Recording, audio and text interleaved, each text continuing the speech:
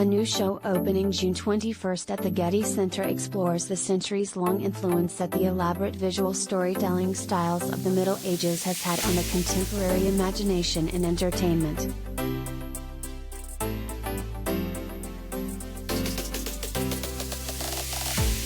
There are these real hallmarks of popular culture: Lord of the Rings, Harry Potter, Game of Thrones, which make use of the visual language of the Middle Ages and do so in culturally relevant ways. Larissa Grolemund, assistant curator of manuscripts of the J. Paul Getty Museum, tells THR.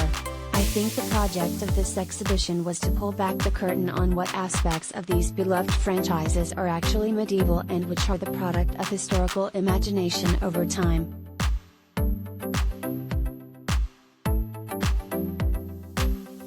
The Fantasy of the Middle Ages, which runs through September 11, tracks the evolution of the fantasy genre in modern entertainment and how medieval traditions and costume studies have birthed an entire artistic universe. Handwritten manuscripts illuminated with precious metals and populated with fairies, wizards and goblins are on display alongside the art of creators including the Brothers Grimm, J.R.R. Tolkien, illustrators Arthur Rackham and Howard Pyle, 1883's The Merry Adventures of Robin Hood, as well as Disney studio artists.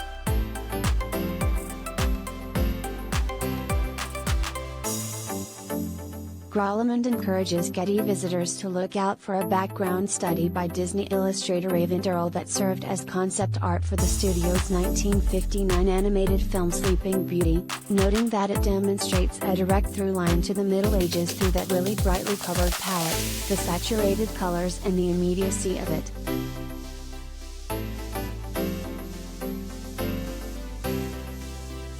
Prop books from two of Disney's most medieval animated movies, Sleeping Beauty and The Sword in the Stone, illustrate the vividness of medieval storytelling and put these pop culture images in dialogue with visual history from the 19th century and much earlier.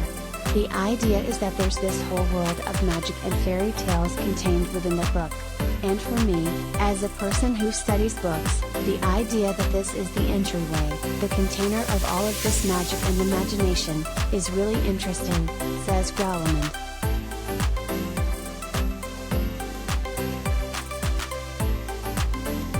One of the pages from the jewel-bound, prop book that dramatically opens and closes Sleeping Beauty is on display, inspired by the flat yet dynamic French manuscripts of the 15th century.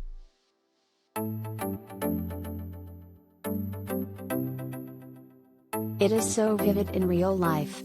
It was sort of a visual shock to see it for the first time because the colors are almost neon, they're extremely saturated and just hit you over the head with a kind of vividness, Grolemund says. The organization of the page is really based on medieval examples. The decorated initials, the elaborate borders, the style of the text, to have manuscripts in the gallery from the Middle Ages that look like that, and to be able to compare them, I think is a really fun experience. People will see things in the show that they recognize.